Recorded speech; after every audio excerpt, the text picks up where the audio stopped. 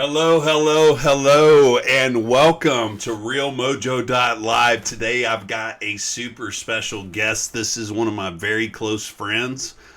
Somebody that I met, I guess, somewhere around 8, 9 months ago and have grown close to.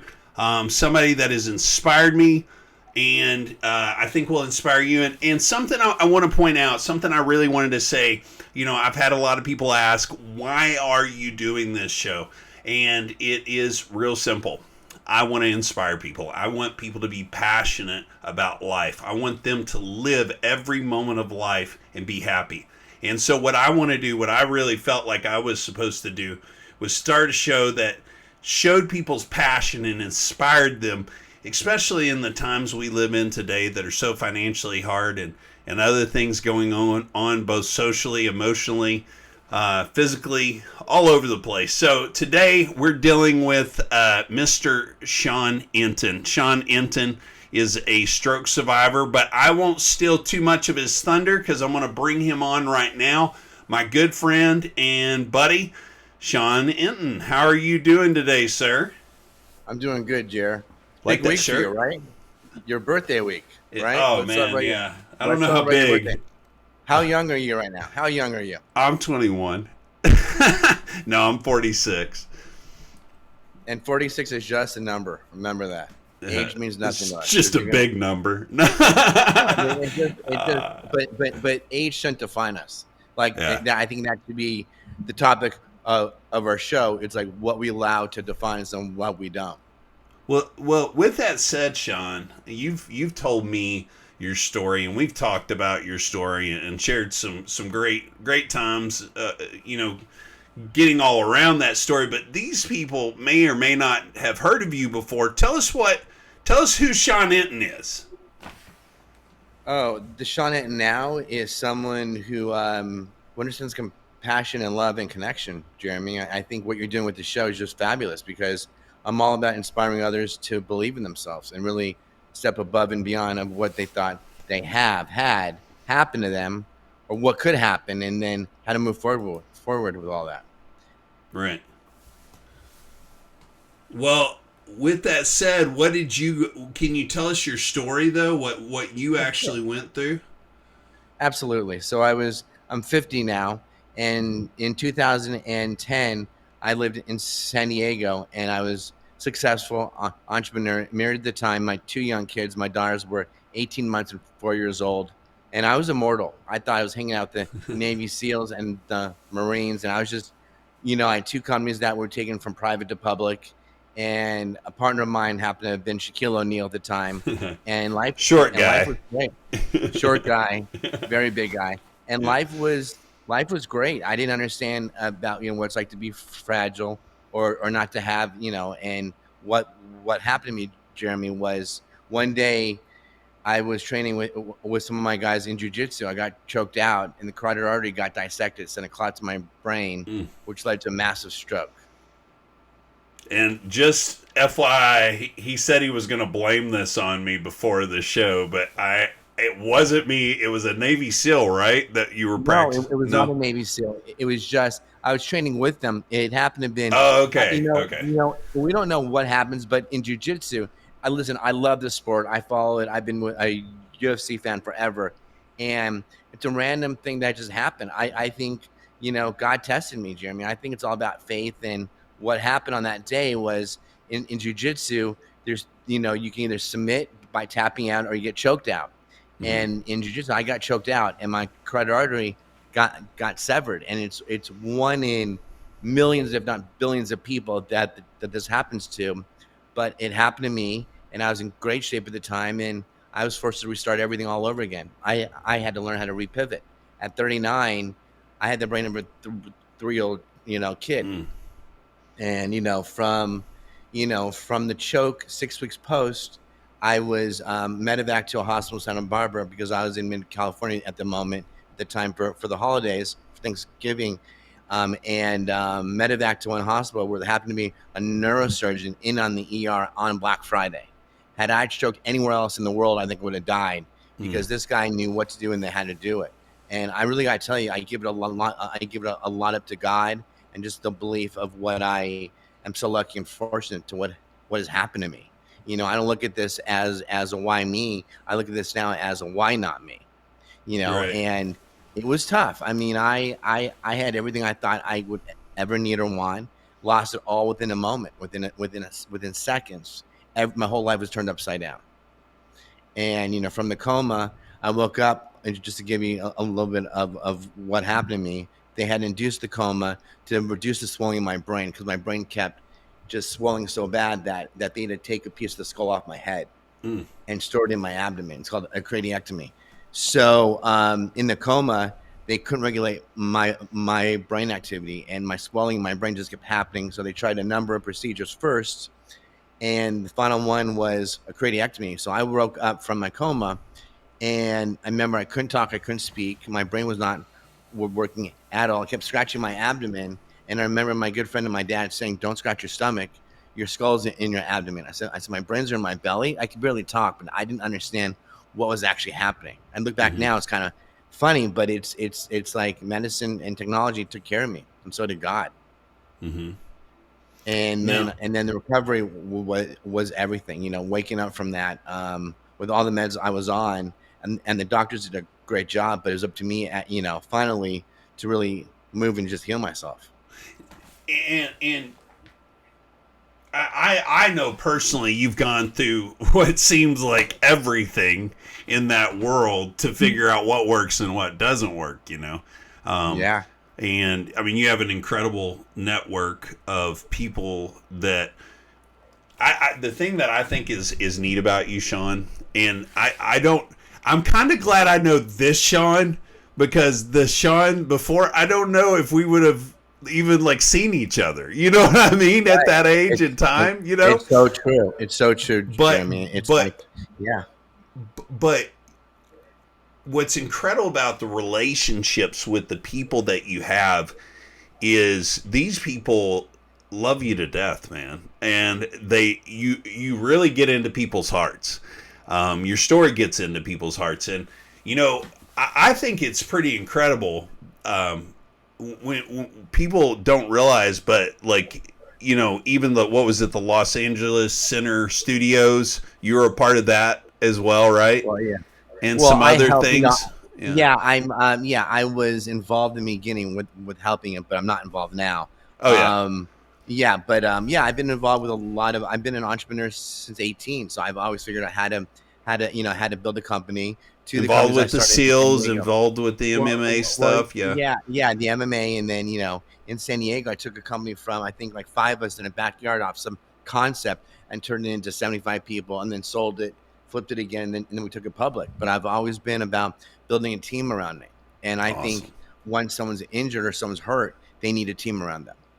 And what I found out in the last, years, 10 years, as you know, Jeremy, I've had, Western meds have done a great job saving my life, and post-acute care was great. But it was up to me to kind of figure out what I needed to do next, because most people aren't given the luxury of having money or even having insurance. And Right. when insurance says to you, "Hey, we're going to give you 100 hours to learn to walk again," how are you going to learn to walk in 100 hours? And we're going to give you so many hours to reuse your, for speech therapy. And when someone's got aphasia and they can't even talk, that's not enough time for them to really identify with just who they really are. And a lot of it is just mindset and just the belief. And my big thing is getting people to have the faith and just believe that they will get better. And I believe in that, because so many people just will give up, and they get hooked on, and then become addicts to certain things. Medications on one of them, but some meds are great, but some aren't. But it's like so many people just don't really know. And what I've Mm-hmm. done, working here with you, is I figured out a course, a trajectory of what everything I've done right and wrong, I've now recorded and put it into a course where we're going to be selling it and offering to people, and saving them money and saving them anxiety and saving them time. Because if I would have had a me in the day, just someone to coach me back to health, it would have been Mm-hmm. so much easier. I spent hundreds of thousands of dollars out of pocket learning to walk again. People say to me, "What happened to all your money?" I'm like, "What is it? What's the price to walk?" I mean, Oh, no I don't care how joke, much right? I don't care how much money I have. And the next thing is, it's like what we always talk about. It's like, I was in a coma. I crossed over. I came back. You can't take anything with you up there. You know, God doesn't want it. Heaven doesn't need it. It's all about what you and I I do can't right take now. my guitars. You'll have me a Maybe guitar. one. Maybe one. Yes, you know, guys. But you know what I was saying, Jeremy, is what I'm so impressed here with you is that we're here to be inspiring our kids, but not just our kids, but our children's children someday. That's up to Right. you and I now, really, to make this planet a better place for them and to teach them, to guide them, to be a messenger. Because I can tell you, I mean, as you know, there's so many people out there. You will get sick. You are going to die. You are going to have some kind of disability. You are going to go through pain. But pain is not a bad thing. Pain can be your friend. And what I tell Hmm. people is, you know, you really don't know what living life is all about until you've been through a traumatic experience. Not that I want everyone to go through a traumatic experience. I really don't. But you appreciate life in so much of a different context. Because Right. how many pairs of shoes can we each own? I Right. mean, you know, I'm walking now with one pair of shoes. I'm blessed I can walk with a pair of shoes. I know a lot of Right. people who can't walk, you know, who can't take the first steps. And to me, it's all about the kindness and the compassion and crack. If you and I can crack a smile on somebody, we just won that conversation. We know we can take that person anywhere Well, we because want. you've gotten it from the side of doubt and lost self worth to like Yeah. really dialing into, Yeah. Oh yeah. I okay, mean, what how deep can I dig? What can I yeah. pull out of myself? How can I Right. like Right. rise up out of this damn bed, get out and do something again? And Yeah. the thing that I see when you know when I had seen you, because what y'all might not know is me and Sean met through a group called Metal International, which is a men's group that's a heart centered men's group, and we've become friends basically over the last 10 months or so. And so I've seen him, you know, in his chair sitting there, and behind him it says I can, I shall, I will, which is his thing, his mantra, his belief, and he lives it. And what was really exciting for me though is because you see this guy here in front of you, right? And he could be paraplegic, he could be a lot of things, you can't really tell. But today, you know, we got to see a little bit of a victory. Do you want to share that video that we? Um, Sure. Yeah, but before we do all Yeah, that, why don't you let me preface it? just let me just say to you know, it's like let me share with you what really happens, because most people we work with veterans, we work with first responders. A lot of people Right, go right, through the trauma and they're so knocked down on their ass right, that they don't know how to get back up. And I tell people, if you get knocked down and you can look up, you can get back up. And you know, you and I come from you know, the same. I say the same kind of mold where we don't want to give up, Jeremy. You're not giving mm-mm, up. I'm not giving up. I mean, we're both fathers, both have kids, and the way the world's working is everybody wants to get stronger, smarter, faster, better, and make more money. That's all great. I'm all for that. But what right, happens as we get older? Happens is living a longevity, a vitality of a life, and being pain free, right, because we're all and that pain can exist from the neck above or the neck below. And right. disability is everywhere, Jeremy. You speak to mental health. You know, you've led sermons in your church with all this. I mean, how many Yeah, people have you touched? How many people have you saved? yeah.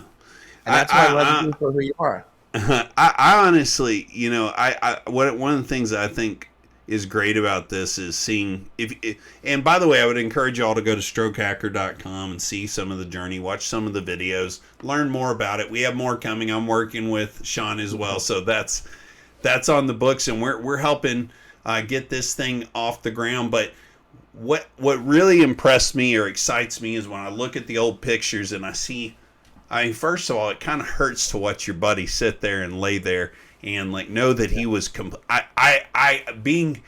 First of all, I can't sit still anyhow. I can't imagine having a stroke and then laying Uh, there and just being yeah. in your own head, you know, and Oh, hearing yeah. those stories, but then knowing where you are now. And you know, I went out to LA recently, and me and you went out and hung out, and it was just like, this dude had a stroke, you know, and that's what's exciting is you have fought so far back from the edge, man. Some people Yeah. would have given up I and mean, died or just went away, you know.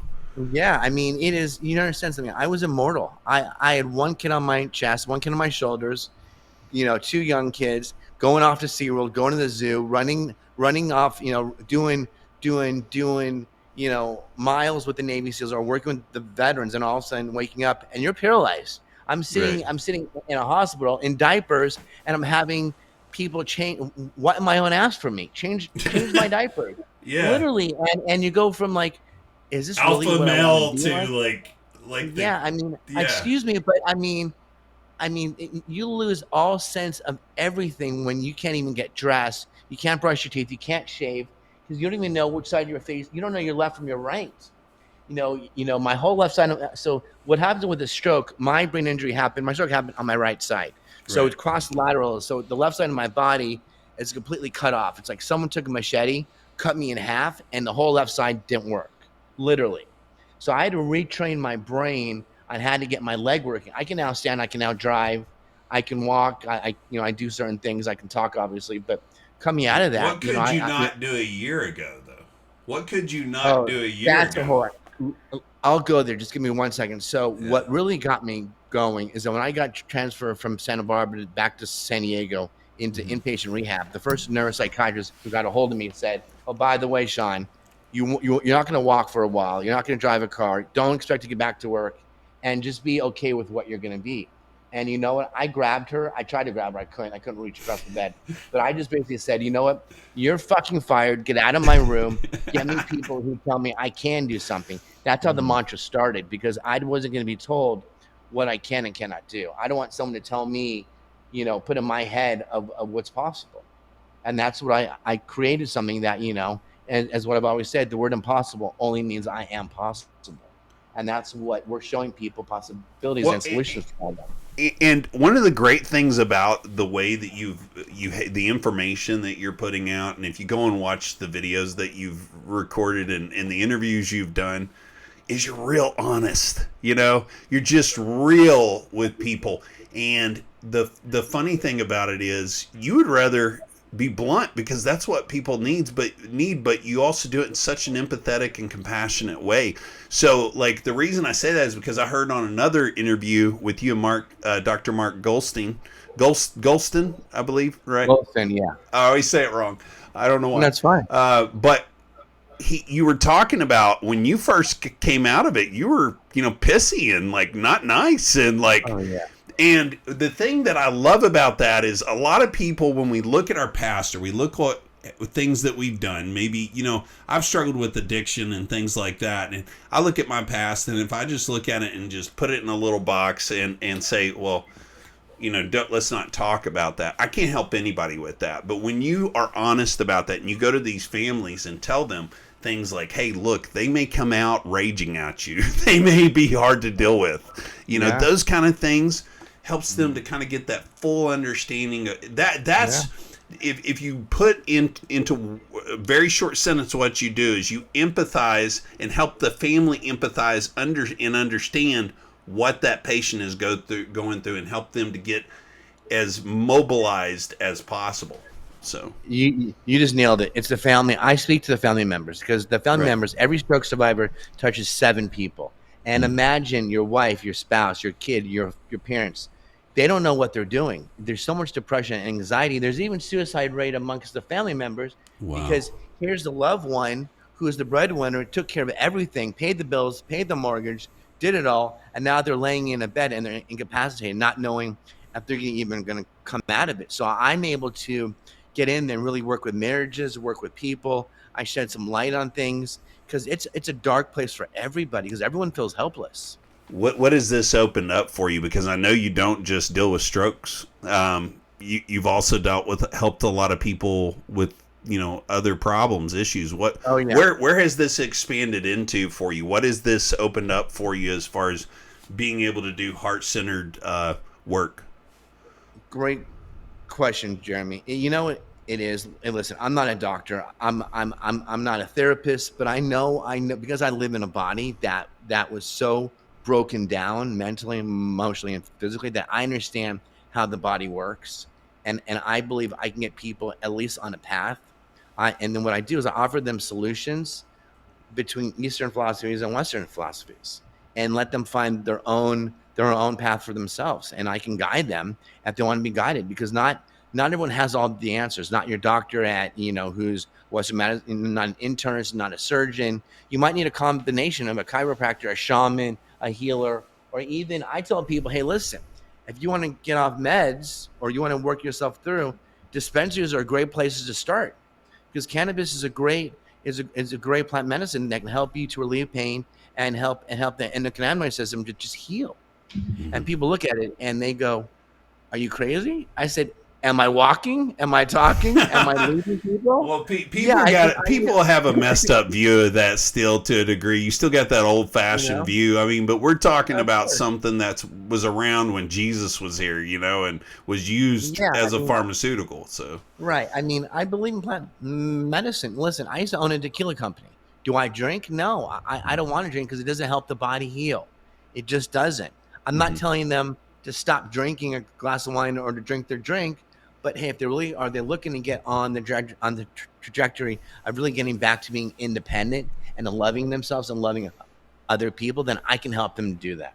It's certain things with foods, certain things with how they feed the microbiome, which is the other brain of the body. And yeah, I mean, I'm on a path. I'm on a mission.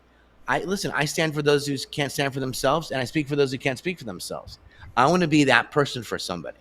And if I can crack one smile a day, my day just got better. Well, every day I talk to you, you make me smile. You have been a really good friend. What a lot of people do not realize is part of what connected me and you is, I had 2 car wrecks 3 years ago that really, challenged me. I was looking. I usually walk with a cane half the time now, and I struggle with some things physically, and Sean has even been able to help me and work with me and give me ideas around how to deal with pain. And so I would encourage you, truth of the matter is that most of us are going to deal with somebody that's had a stroke in our life, right? At some point, right? It's just a matter of fact. I would tell you, it doesn't matter if you are dealing with it or not. Go to Strokehacker. If it's for nothing more, to strokehacker.com to be inspired. I honestly, I think the story is great, and I think the message is great, and what we're trying to do with helping stroke victims, because I heard you say on Mark's interview that really Western medicine, or what you got there in California, essentially only did about 20% of the work, and they saved my life. Life. But long term, but long term, no one knows what to do. No one, the doctor cut and run. The physical therapist doesn't talk to the speech therapist or doesn't talk to the occupational therapist. So all these people are not communicating, and they need a head coach. So what I'm coming in is laying down a plan of action and then a playbook. It's real. It's so easy and so simple. It's not just stroke. It's anyone with a traumatic brain injury. I mean, it really is. It could be a concussion. It could be a car accident. I mean, I've got clients, I can't even tell you about that. That list goes on, from NFL football players, women's soccer. You played soccer, Jeremy. I did. I blew out my knee in college. The second highest rate of brain injury right now in the United States or the world is women's soccer. Do you know that? Do you know why? No. Why? Do you want to know why? Why? Because the way the head sits on a female's body, it's not supported by a lot of neck muscles like men. So when that ball gets kicked from across the field and they go up there and they use their head to hit the ball, that's concussion. They're all getting concussed. Men can handle more because they carry more muscle. But a female's neck and head is not supposed to be used to hit something else. The brain sits in water. Everyone thinks that it's surrounded by like this helmet. No, it's not. It sits in water. And that's why these veterans who go off to war and come back, combative issues, PTSD and everything else, they're, you jump out of a plane 100 times, like some of these SEALs, and then you blast into a house in the morning for training. These guys put C4 on a door. The first 6 guys who go in are all concussed based on that blast. Then they got to go up and jump. Then they got to go back to training. Before they even get to war on the other side, the war on terror, because I worked with these guys, they were already feeling all the pains and everything. But they're so built to sustain pain and never talk about it that when our veterans come back, it breaks my heart. You know, there's over 75 veterans a day killing themselves right now in America alone, because there's no solutions for them. The VA doesn't give a flying fuck. There's too many people in the system. I'm sorry to swear, but it's You're like, fine, dude. Swear away. It and doesn't bother me, you know, dude. it's just like, I love our military. I love our veterans. There's no stipend. There's no health care. These guys just sacrifice their lives to protect your kids and my kids. And you know, I talk about this a lot in podcasts. It's like, why aren't we giving them what they deserve? You know, and then we expect them to go back and work and take a job in the post office or Walmart. Hello, that's impossible for them. And I use the word impossible because they don't know how to acclimate or integrate. The same thing with people who suffered a traumatic injury, whether it's fighting cancer or something else. You're locked away fighting yourself. How do you reintegrate once you're done with chemo or radiation? How do you even know how to reintegrate back with the world? It's a tough place because you just face death alone. Have you ever watched the movie Dog? You mean the recent one with the recent one? Yes, with Channing Tatum. Oh, such a good. I know it's probably not completely accurate because but I thought it was incredibly good at showing how when you deal with trauma, how that affects you. Because I'll tell you, I wanted to join so bad in 1999 in the Marines. I was getting out of college and I wanted to be a Marine so bad because everybody had served in my family pretty much, and we fought in every major conflict in American history, so I felt a responsibility. I wanted to be a part of that, and my mom lost her mind and I didn't sign up, but she really got upset over that one, so I was going to hold off. But, honestly, man, we asked so much of those men and women.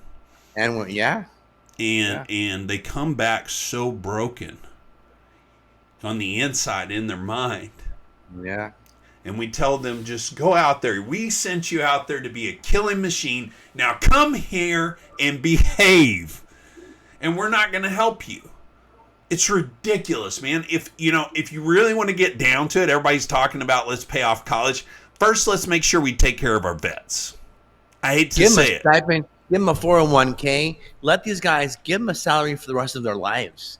It's like give them money. They just train.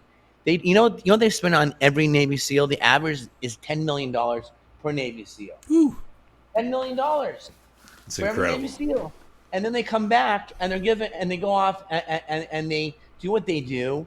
Yeah, they're trained mercenaries. They're trained for triage. They're trained to save each other. And they're the most beautiful people on the planet. And they're high-end athletes. But when they come back, there's no retirement funds. There's no 401ks. There's no how are they supposed to, take care of their wife and their kids? They just were overseas for 6 months to a year, fighting in the warranty or fighting wherever. Yeah, it breaks my heart. We've got a lot of good work to be done here in the States, and I would certainly say, if something like this, encourages your heart, there's all sorts of veteran organizations and support organizations as well where you can get out there and be a part of it. And guess what?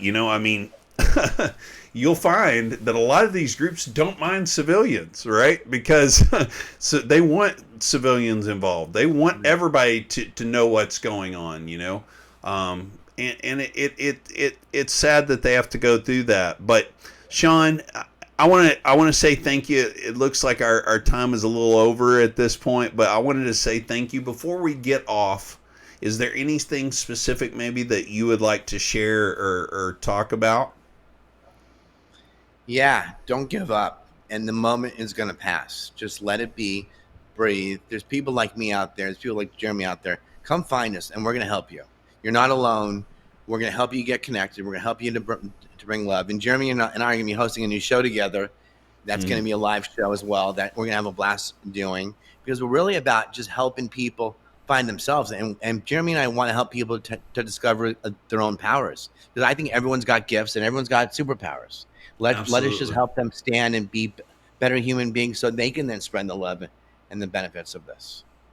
Well, I just want to tell you, I say this in all sincerity. I love you, brother.